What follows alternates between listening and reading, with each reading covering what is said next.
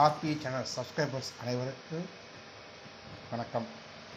நம்ம சேனலில் தெரிந்த ஊர்கள், தெரியாத பல செய்திகள், தெரிந்த செய்திகள், தெரியாத ஊர்கள், உண்மை சம்பவங்கள்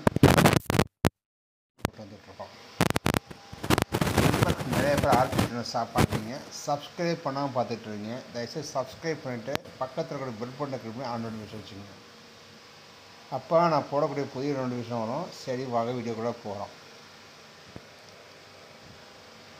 நாட்டில் இன்றைக்கி எவ்வளோ பிரச்சனைகள் இருக்குது. எவ்வளோ அடித்தட்டு மக்கள்லாம் பிரச்சனையில் இருக்காங்க. ஆனால் அதாவது 1/5/2024 இன்றிலிருந்து ATM machine ATM automatic teller machine இது மூலயமாக பணம் எடுக்கிறதுக்கு கட்டுப்பாடுகள் வச்சுருந்தாங்க. அந்த கட்டுப்பாடுகள் வந்து பார்த்திங்கன்னா, உங்களுடைய வங்கி ஏடிஎம்மில், அதாவது எந்த வங்கியில் நீங்கள் அக்கௌண்ட் உங்களுடைய கணக்கு வச்சுருக்கீங்கன்னா, அந்த கணக்கு வச்சிருக்கக்கூடிய எந்த வங்கி ஏடிஎம்மாக எந்த உள்ளவனாக இருக்கணும், இது மூலம் இருக்கலாம். இது வந்து இந்தியாவுக்குள்ளே பொருந்தும். மற்றும் நீங்கள் வேறு எது உங்களுடைய கணக்கு இல்லாத வங்கிகளில் நீங்கள் பணம் எடுக்கணும், ஏதோ அர்ஜென்ட், ஏதோ அவசர தேவை இருக்கான்னு பணம் எடுக்கணுங்கன்னா 3 வாட்டி கொண்டு வந்திருக்காங்க. இந்த 3 வாட்டி 5 வாட்டிக்கு மேலே எடுக்கக்கூடிய பண பரிவர்த்தனைக்கு சார்ஜஸ் இது போடக்கூடிய கட்டணங்கள் பார்த்திங்கன்னா 23 ரூபா ஒரு டிரான்சாக்ஷன் இருந்துச்சு. அது ஆரம்பத்தில் 2016 15 ரூபா இருந்துச்சு. அதற்கப்புறமா 18 ரூபா ஆக்குனாங்க. கொரோனா நேரத்தில் சில விஷயங்கள் தடவை கொடுத்தாங்க. திருப்பி கொரோனாவுக்கு நடந்துட்டு இருக்கும் போதே பிரச்சனை மொத்தம் வைத்திருக்காங்க. 23 ரூபா கொண்டு வந்து வச்சுருந்தாங்க. இப்போ 25 ரூபா ப்ளஸ் ஜிஎஸ்டி 9 ரூபா 43 பைசா. ஸோ ஒரு வாட்டி பணப்பரிவர்த்தனை 6வது தேவை அவசர தேவைன்னா அந்த பகுதியில் அந்த வைக்கக்கூடிய பேங்க் எதுவும் இல்லைன்னா, அவங்க சம்மந்தப்பட்ட வங்கி இல்லைன்னா, மற்ற வங்கியோட கிளைகளில் இருக்கக்கூடிய ஏடிஎம் பரிவர்த்தனைக்கு நீங்கள் பணம் கொடுத்தாகணும். இது வந்து தோராயமாக கூட்டி பார்த்தா 23 ப்ளஸ் 9 ரூபா தோராயமாக 33 ரூபா ஒரு பணப்பரிவர்த்தனை எடுக்கணும். இது உங்கள் அக்கௌண்ட்லேருந்து, அதாவது உங்களுடைய வங்கியிலேருந்து அதை கழிக்கப்படக்கூடிய நிலைமைக்கு இருப்பாங்க.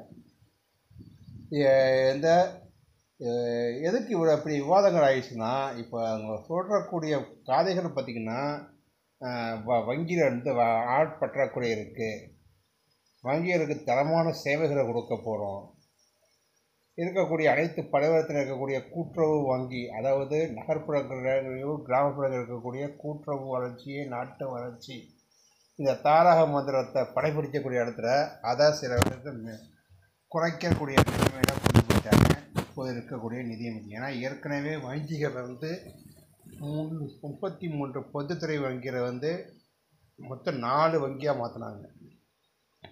அது எல்லாருக்குமே தெரிஞ்ச விஷயம். அதுவும் குறிப்பிட்ட ஐஓபி வங்கியை தனியார் மயமாக்குனது. தனியாரோட பங்களிப்பும் ஃபஸ்ட் தனியார் மயம்னாங்க, அப்போ தனியாரோட பங்களிப்பும் இருக்குன்னு சொல்லி 50க்கு 50 அப்படிங்கிற கட்டுப்பாடில் நடந்துகிட்டு இருக்காங்க. இதுதான் நாட்டில் நடக்கக்கூடிய. சரி, இது ஒரு பக்கம் இருக்கட்டும். அப்போ பணப்பரிவர்த்தனை பண்ணக்கூடிய விதை நீங்கள் ஏடிஎம்க்கு, அதாவது உங்களுடைய வங்கி அக்கௌண்ட்டில் இருக்கக்கூடிய கிரெடிட் கார்டு கரண்ட் அட்டைகளையோ இல்லை பற்று அட்டை, உங்களுடைய கணக்கு பற்று அட்டைமாங்க டெபிட் கார்டுமாங்க, இதை பயன்படுத்தி நீங்கள் பொருட்கள் வாங்கினீங்கன்னா, தேய்ப்பு மிஷின் வச்சு இதை தேய்ச்சிட்டு பணம் வாங்கினீங்கன்னா அதற்கு சில டிரான்சாக்ஷன், அதாவது ஒரு சேவை கட்டணமாக கொடுத்துருந்தாங்க. அதற்கப்புறமா UPI transaction, uniform payment interface, இதன் மூலிமா கொண்டு வந்து இருக்கக்கூடிய இதில் வந்து பார்த்திங்கன்னா சேவை கட்டணங்களை மேம்படுத்தணும் அப்படின்னு சொல்லிட்டு டிஜிட்டல் வழியாக பண்ணக்கூடிய அனைத்து ரீசார்ஜ், அதாவது மொபைல் ஃபோனில் இணையதள வழியாக பண்ணிங்கனாலோ இல்லை இந்த டிடிஎஸ் சேவைகள் போன்ற இதெல்லாம் வந்து நீங்கள் பேமெண்ட் பணம் கட்டினாலோ இல்லை இணைய வழியாக இருக்கக்கூடிய பணப்பரிவர்த்தனைக்கு நீங்கள் பேமெண்ட் பணத்தை கட்டினாலோ அதற்கான சேவை கட்டணங்களை சம்மந்தப்பட்ட ஒவ்வொரு நிறுவனங்கள் இருக்கக்கூடிய யூபிஐ கீழே வரக்கூடிய நிறுவனங்கள் பண்ணிகிட்டு இருக்கக்கூடிய இதில் வந்து போட்டாங்க. இப்போ அதை அதிகாரப்பூர்வமாக அளிப்பாங்க. கூடிய விரைவில் நடைமுறைக்கு வரணும்னு சொல்லிட்டு சோதனை மூட்டமாக சில இடத்த பார்த்துட்டு இருக்காங்க. இது ஒரு தனிப்பட்ட விவாதம். அதாவது நீங்கள் பண்ணக்கூடிய பணப்பரிவர்த்தனைக்கு சில கட்டுப்பாடுகள் வச்சாங்க. என்னென்னா, இப்போ வந்து டிஜிட்டல் முறையில் நிறைய திருட்டு போகணும்னு சொல்லிட்டு ஒரு நாளைக்கு 20 வாட்டி நீங்கள் பணப்பரிவர்த்தனை பண்ணலாம், அதுவும் 1,00,000 மேலே தான் பண்ணணும், 6,00,000 மேலே எந்த பரிவர்த்தனை நடக்காது அப்படின்னு சொல்லி சொன்னாங்க. இது ஒரு பக்கம் விவாத பொருளாக இருந்தாலும் அதை கூட ஓரளவுக்கு ஏற்றுக்கலாம். ஏன்னா இணையத்தில் நிறைய பிரச்சனைகள் நடக்குது. அதனால் நீங்கள் பணம் அனுப்பி ஒரு 4 மணி நேரத்துக்கு அப்புறமா தான் ஒரு டிரான்சாக்ஷன். ஒரு நாளைக்கு 1,00,000, அந்த 1,00,000க்கு நீங்கள் 20 வாட்டி பண்ணிங்கன்னா 20 வாட்டி பண்ணிங்கனாலும் ஒரு பர்மனெண்ட்டாக நீங்கள் வந்து அமௌண்ட்டுக்கு அதுலேருந்து 4 மணி நேரத்துக்கு மேலே தான் 5,000க்கு மேற்பட்ட பணத்தை அனுப்பலாம் அப்படின்னு கட்டுப்பாடு கொண்டு வந்தாங்க. இது ஒரு பக்கம் இருக்கட்டும். ரெண்டாவது, நீங்கள் பண்ணக்கூடிய பண பரிவர்த்தனை அட்டையில் அந்த வைஃபை கார்டும்பாங்க, அதை வைஃபை இதை வந்து சிம் மாரி வச்சு அதை கொண்டு வந்திருக்காங்க பண பரிவர்த்தனைக்கு. அதாவது 2,000க்கு கீழே பண்ணக்கூடிய பண பரிவர்த்தனைக்கு இருக்கக்கூடிய செயல்திட்டங்கள் வந்து நீங்கள் வந்து இந்த பின் நம்பர் இல்லாமையே நீங்கள் எடுத்துக்கலாம் அப்படிங்கிற ஒரு நடைமுறை இருந்துச்சு. இது எத்தனை பேருக்கு தெரியும், எத்தனை பேர் அதை வந்து தெரியும், அதனால் என்னென்ன பிரச்சனை ஏற்படுது, இது சார்பாக இருக்கக்கூடிய இடத்துல நடக்கலாம். ஏன்னா ஒரு சிலப்பட்ட நகரங்களில் இந்த மாதிரி நடந்துருக்கு. அதனால் வழக்குகள்லாம் போட்டு சில இடத்துல வந்து பார்த்திங்கன்னா தீர்ப்பு தேதிக்காமல் ஒழித்து வச்சுருக்காங்க. இந்தமாரி முறைகளை தடுக்கிறதுக்கு விஷயங்களை எடுத்துக்கணும். அப்புறம் இணையதளத்தில் இருக்கக்கூடிய சூதாட்டம், இந்த சூதாட்டத்தில் வந்து நீங்கள் வந்து பணம் போட்டு நீங்கள் வந்து உங்களோட இதை வந்து இப்போ வச்சு ஆடுவீங்க. அதுக்கு உயர்நீதிமன்றத்துலையும் உச்சநீதிமன்றத்துக்கும் போனால் அரசாங்க தரப்புலேருந்து என்ன கொடுத்தாங்கன்னா, இது வந்து புத்திசாலித்தனம் சம்மந்தப்பட்ட ஒரு விளையாட்டுகளுங்க, இதற்கு வந்து அரசாங்கம் தலையும் போட முடியாதுன்னு சொல்லி சம்மந்தப்பட்ட கார்ப்பரேட் பக்கங்கள் தான் நின்னாங்க. சரி, இதுதான் எப்படின்னா, இப்போ சமீபத்தில் அதுக்கு சில ஜிஎஸ்டிலாம் கொண்டு வந்து சொல்லியிருக்கேன். அதாவது நாட்டில் மக்கள்கிட்ட ஒரு 100 பணம் இருந்தால் ஏன் நீ கையில் 100 பணத்தை வச்சுருக்க, எவனையாவது திருடி போனால் அதை கொண்டு போய் வங்கியில் போடு அப்படின்னா 100 பணத்தை கொண்டு போட்டானா அவன் எடுக்கும் போது அந்த 100 பணம் வராது. அதுக்கு தேஜஸு, அதாவது என்னென்னா அதுக்கான பணத்தை நீங்கள் வந்து அக்கௌண்ட்டில் வச்சுருக்கீங்க. அந்த 100 நாங்கள் பாதுகாக்கிறதுக்கு நாங்கள் ஒரு அதிகாரி மெயின் பண்ணி உங்கள் அக்கௌண்ட் உங்களோட வங்கி கணக்கை நாங்கள் படிப்பதுக்கே இருக்கணும். அவங்களோட பண பரிவர்த்தனை ஏடிஎம் மூலமாகவோ ஒரு டிஜிட்டல் பேமெண்ட் மூலமாகவோ கொடுக்கணும். அதற்கான சேவை கட்டணங்கள் நான் படத்துன்னு சொல்லிட்டு எப்படிலாம் டிசைனாக கிரேட் மக்கள்கிட்ட இந்த பணத்தை 100 ஆட்டையை போடணும்னு பார்க்கக்கூடிய இடத்துல தான் ஒன்றிய அரசாங்கம் இருக்குது. ஏன்னா அந்த ஒன்றியன்னு சொன்னால் தான் சில பேருக்கு கோவம் வரும். ஏன்னா இப்போ இந்த 34 ரூபா ஏற்றிருக்காங்கல்ல, அதை வந்து பணப்படத்தை வரப்போதில்ல, அதுக்கு சில ஆட்கள் முட்டு கொடுக்குறாங்க. ஏன்னா இன்றைக்கி 150 ரூபா கொடுத்து குவார்ட்ரு வாங்கலாம். ஒரு மாதத்துக்கு நீங்கள் வந்து வரையுமா சரக்குக்குன்னு நீங்கள் வந்து 5,000 6,000 செலவு பண்ணுறீங்க அப்படின்னு சொல்லி ஒரு அறிவிப்பு. சரி, இது ஒரு பக்கம். நாட்டில் இருக்கக்கூடிய எல்லாருக்கும் அந்த கெட்ட பழக்கம் இருக்கா, இது ஒரு கேள்விக்குறியாக வந்து நிற்கிது. அன்றாட காட்சிகள் வேலையில் இருக்கக்கூடிய இடத்துல ஒரு 100 ரூபா 150 ரூபா சம்பாதிக்கிற இடத்துல நீங்கள் வந்து பணத்தை போட்டு வைக்கக்கூடிய இடத்துல இந்த மாரி அட்டுழியம் பண்ணிங்கன்னா அவனுக்கான உண்மையான பொழுது சொல்கிறேன். சரி, ஏன்னா நாட்டில் எவ்வளவோ விஷயம் நடந்துகிட்டு இருக்குது. இந்த சமீபத்தில் ஒரு 12 வருடங்களில் எத்தனை பேர் இந்தியர்களுடைய ரூபாய் அமௌண்ட்டை கடனாக போட்டுட்டு வெளிநாட்டுக்கு ஓடி போய் தப்பிச்சு உட்காந்துட்டு அங்கேருந்து நோட்டீஸ் கொடுக்குறானுங்க. இங்கே வந்து சரியான முறையில் சிறைச்சாலைகள் இல்லை, சிறைச்சாலைகள் இருந்தாலும் அதுக்கான கழிவறை வசதிலாம் இல்லைன்னு சொல்லிட்டு கொடுக்குறானுங்க. இதுக்கு எந்த விதமான நடவடிக்கையும் இல்லை. ஆனால் நம்மளுடைய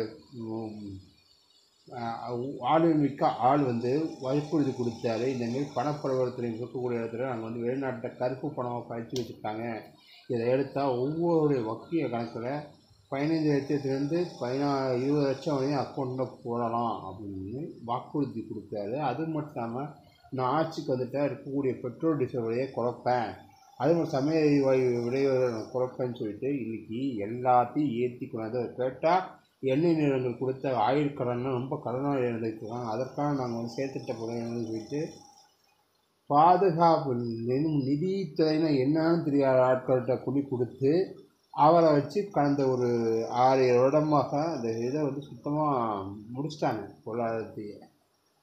அது மட்டும் இல்லாமல் இந்த மாதிரி விஷயங்கள்லாம் மத்தியில் இருக்கக்கூடிய டாலர் மதிப்பில் இந்திய ரூபாயின் மதிப்பு குறையுதுன்னா நீங்கள் அப்படி பார்க்கக்கூடாது, டாலர் ரூபாய் வளர்ச்சி பார்க்கக்கூடாது, டாலருடைய வளர்ச்சியை பார்க்கணும்னு ஒரு புதுமையான ஒரு ஒரு பதில் கொடுத்தாங்க. அந்த பதில் தான் மிகப்பெரிய ஒரு விஷயம். அது மட்டும் இல்லாமல் பெருநிறுவனங்கள் இருக்கக்கூடிய கார்ப்பரேட் நிறுவனங்கள் கொடுத்தக்கூடிய வங்கிகள் கோடிக்கணக்கான வந்து கொடுத்துட்டு அதில் வந்து வளர்க்கக்கூடிய மதிப்பு சொல்லணும் அவங்கள்டையும் அப்படியே பணத்தை வாங்கன்னு சொல்லிட்டு தள்ளுபடி மற்றும் வேவர் ரைட் ஆஃப்னாலும் தள்ளுபடியாக இருந்தாலும் ரெண்டும் ஒன்று தான். ரைட் ஆஃப்னா கையகப்படுத்தி அதை வந்து சில விஷயங்களும் தள்ளுபடி பண்ணுறது, வேவர்னால் மொத்தமாக தள்ளுபடி பண்ணுறது. ஸோ வேவருக்கும் ரைட் ஆஃபுக்கும் நாங்கள் வந்து கொடுத்துட்டு அதுவும் ஒரு புதுசான ஒரு இதை வந்து கொடுத்தாங்க. இதெல்லாம் நாட்டில் நடந்துகிட்டு இருக்கக்கூடிய விஷயங்கள். அது மட்டும் இல்லாமல் ஒரு மாநிலத்துக்கு என்ன விஷயம் தேவையோ அந்த விஷயத்தை கொடுக்காம தேவையில்லாத விஷயங்கள்லாம் அவனால் திணிக்கிறது, மக்களுக்கு கோபத்தை உண்டாக்கியிருக்கு இன்றைக்கி. ஏன்னா அதுவும் குறிப்பிட்ட அவங்களுடைய அஜெண்டா 2 மாநிலத்தை நோக்கி தான், 3 மாநிலத்தை நோக்கி. ஒன்று மேற்கு வங்காளம், இன்னொன்று தமிழ்நாடு, ஆந்திரா, கேரளா. இந்த 3 மாநிலங்களில் தான் அவங்களுடைய ஆட்சிகளை அமைக்க முடியலை. ஸோ இது எப்படியாவது இந்த கொண்டாந்துச்சா, அதுவும் குறிப்பாக தென்னிந்தியாவில் தமிழ்நாடு மற்றும் கேரளாவும் பார்த்திங்கன்னா இப்போ சமீப இருக்கக்கூடிய இடத்துல இந்த இந்த கட்சிக்கு எப்படியாவது கொடுக்குன்னு சொல்லிட்டு வந்துட்டு தான். ஆனால் அவங்களுடைய அஜெண்டா ஏன்னா அது என்னன்றதை சொல்லி பார்த்துப்போம். ஏன்னா அவங்க வந்து 2 கட்சிகள் தான் மாறி மாறி ஆட்சிக்கிட்டு இருக்கு. இங்கே தமிழ்நாட்டில் எப்படி திராவிட கட்சிகள், அதாவது அதிமுக வந்துட்டு இருக்கோம், அங்கே கம்யூனிஸ்ட் மற்றும் இடதுசாரி மற்றும் காங்கிரஸ் தான் அங்கே வந்துட்டு இருக்கு. ஸோ இதுதான் நிலைப்பாடு. இப்போ எப்படியாவது அந்த இதை வந்து அந்த ஆட்சியை கொண்டு வந்து வைக்கணும்னு சொல்லிட்டு கேரளானையும் பாடுபடுறாங்க, தமிழ்நாட்டை எப்படியாவது கொண்டு வந்து உட்கார வைக்கணும்னு சொல்லிட்டு இருக்கக்கூடிய எம்எல்ஏக்கள் இடத்துக்கு நாங்கள் வந்து பழியப்படுத்தணும்னு சொல்லிட்டு ஆளுமை ஆட்களோட கூட்டணி போட்டு அந்த கட்சியவே ஒன்றுலாம் பண்ணக்கூடிய நிலைமைக்கு போயிட்டாங்க. அது மட்டும் இல்லாமல் சம்மந்தப்பட்ட நபர்கிட்ட பேசினா படிமையான தலைமை வேணும், அதனால் நான் கூட்டணி போடணும்னா யாரை நீ சொல்கிறேன்னு தெரியல. இதெல்லாம் கேட்டால் இவன் மனநல பாதிக்கப்பட்டதான், நீ ஒரு மனநல பாதிக்கப்பட்ட ஒரு சைக்கோ மயத்தட்ட நிபுணர்கிட்ட நீ வந்து வைத்தியம் பாரு அப்படின்னு சொல்லி நம்மளையே வந்து கிரிட்டிக் பண்ணால், அது இருக்கக்கூடிய அந்த கட்சியில் இருக்கக்கூடிய அந்த எந்த கட்சியை கூட்டி போனால் அந்த கட்சியில் இருக்கக்கூடிய ஆட்களே வந்து பார்த்திங்கன்னா நம்ம கட்சி அப்படி போனால் பரவாயில்ல, இந்த கட்சி தமிழ்நாடு தான் ஆட்சி பிடிக்கணும்னு சொல்லிட்டு கங்கணம் கட்டிகிட்டு இருக்காங்க. ஒரு 100க்கு ஒரு 60% ஆட்கள், பாக்கி 100க்கு 40% ஆட்கள் பார்த்தீங்கன்னா அப்செட். எப்படி தான் அந்த கட்சியை கூட்டணி போட்டு சுத்தமாக ஒன்றும் பண்ணிட்டாங்களே, இது ஒரு சாதகமாக போயிட்டு ஆளுந்தரப்புக்கு எதிர்த்து நின்னாலும். இப்போ நீங்கள் வந்து இந்த விஷயம்லாம் நீங்கள் கைகூட்டு போனால் தமிழ்நாட்டுக்கு அது குறிப்பிட்டால் இந்த தமிழ்நாட்டுக்கு தேவையில்லாத ஆட்கள்லாம் இருப்பாங்கள்ல, தேவையில்லாத சில விஷயங்கள்லாம் எதிர்த்துக்கிட்டு இருக்காங்களே, அவங்களுக்கு சாதகமாக எதிராக பண்ண சட்டம் போயிருப்போம். அதில் குறிப்பிட்டா இந்த பஃப் போடு சட்ட திருத்தம் பண்ண போட்டுது. அதுக்கப்புறம் பார்த்திங்கன்னா தமிழ்நாட்டில் மொழி திணிப்பு, நிதியை கொடுக்காம பாரபட்சம் காட்டுறது, உயரத்துக்கான அரசியலை பார்க்குறது, இதுதான் அந்த கட்சி. ஏன்னா தேவையற்ற எந்த திட்டம் மத்தியில் இருக்கக்கூடிய அனைத்து மாநிலங்களையும் நீங்கள் போட்டு முக்கால்வாசி இடத்துல நீங்கள் தான் இருக்கீங்க. உங்கள் மாநிலத்துக்கு என்ன தேவையோ அந்த விஷயத்தை மட்டும் பண்ணிவிட்டு உங்கள் மாநிலத்தை போடக்கூடிய திட்டங்களை வந்து தமிழ்நாட்டை வந்து போடுறது எந்த அளவுக்கு கேவலத்துலேயும் உச்சத்துலையும் இருக்கேன். கேட்டால் இங்கே இருக்கக்கூடிய அரசாங்கம் சரியில்லை அப்படின்னு சொல்லி திசை திருப்புறது. இதுதான் அந்த கட்சி பண்ணிக்கிட்டு இருக்கு. அந்த கட்சி மட்டும் இந்த கட்சியோட தலைவராக ஐடி விங் தலைவராக இருந்தது பார்த்திங்கன்னா ஒரு ஆள் ஒரு குசரமுட்டியை சேர்ந்த ஒரு ஆளை பற்றி இது போட்டிருந்தாங்க. இப்போ அந்த கட்சியிலேருந்து அவர் போயிட்டு அனைத்து இந்த அண்ணா திராவிட முன்னேற்ற கழகம் இப்போ வந்து அந்த கட்சி வந்து இப்போ தமிழக வெற்றி கழகத்தில் ஒரு கூட்டணி போட்டிருக்காரு. அந்த 3 கட்சின்னு பார்த்திங்கன்னா ஒரே கூட்டணி ஒன்றும் மாட்டேங்கிறது தான், அதை எடுத்த பிரச்சனை. அது மட்டும் இல்லாமல் இங்கே எதிர்ப்பாக இருக்கக்கூடிய தமிழ் தேசியம் பேசக்கூடிய ஆட்களை எப்படியாவது கட்சிகளை கூட்டணிகளை கொண்டு வரணும் பாடுபட்டு இருக்காங்க. அந்த மறைமுகமான பேச்சுவார்த்தை போயிட்டுருக்கு. அது மட்டும் இல்லாமல் இந்த உச்சபட்ச நடிகர் அமைச்ச கட்சியிலையும் இந்த கட்சியையும் எப்படியா உள்ளே கொண்டு சொல்லி இப்போ எதிர்த்து இருக்கக்கூடிய தமிழ்நாட்டில் எதிர்த்து கட்சியாக இருக்கக்கூடிய ஆட்களும் அவங்களுக்கு தூது விட்டுட்ருக்காங்க. இதுதான் நிலைமை.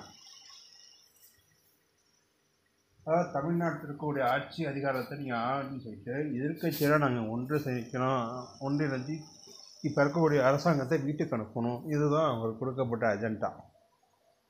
ஸோ அதை அந்த அஜெண்டா நோக்கி தான் போயிட்டுருக்காங்க. இது மக்கள்கிட்ட எந்த அளவுக்கு எடுபடுங்கிறத பொறுத்து தான் பார்க்கணும். ஆனால் ஆளும் தரப்பு சில விஷயங்களும் தப்பு பண்ணால் அதனால எதிர்த்தரப்பு வந்து சாதகமாக்கி மக்களோட மனநிலையை மாற்றிக்கிட்டு இருக்காங்க. ஸோ அரசாங்கம் இதை முடிச்சுக்கிட்டு பண்ணணும் அப்படிங்கிற கோரிக்கையை வச்சுட்டு, அது மட்டாமல் இருக்கக்கூடிய துறைகள் 62 துறைகளில் 38 அமைச்சருக்கு 33 அமைச்சருக்கு வரக்கூடிய துறைகளில் இருக்கக்கூடிய அனைத்து ஆட்களையும் கண்காணித்து மக்களுக்கு உரிய சேவை கொடுத்தீங்கன்னா மக்கள் உங்களை தூக்கி வச்சு கொண்டாட ரெடியாக இருக்காங்க.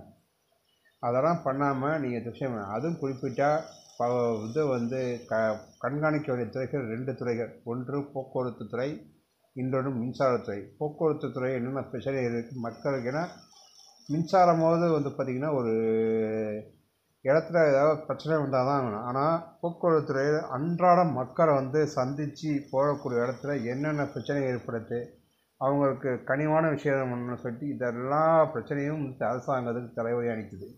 ஸோ ஏண்டையும் மக்கள் வந்து மக்கள் பிரச்சனை பண்ணிட்டு அதுக்கடுத்த பட்டா வாங்குறதுக்கு வரவேற்புலேருந்து என்னென்ன விஷயங்கள்லாம் இலக்கணிக்கிறாங்களோ இதெல்லாத்தையும் கண்காணித்து உரிய நடவடிக்கை எடுத்தால் மக்கள் கொண்டாடி திருப்பி கொண்டு வந்து உட்கார வைப்பாங்க. இதுதான். ஆனால் நம்ம அதெல்லாம் பண்ணாமல் ஏதோ விஷயத்தை பண்ணிகிட்ருக்காங்க. ரெண்டாவது, இந்த மக்கள்கிட்ட நிதி மாநிலத்தில் நிதி வந்து நாங்கள் வந்து அதர் மாநிலத்துக்கு போகாதுன்னு சொல்லிட்டு இருக்காங்கல்ல, அவங்களாம் ஒரே ஒரு விஷயம் சொல்லிக்கிறேன்.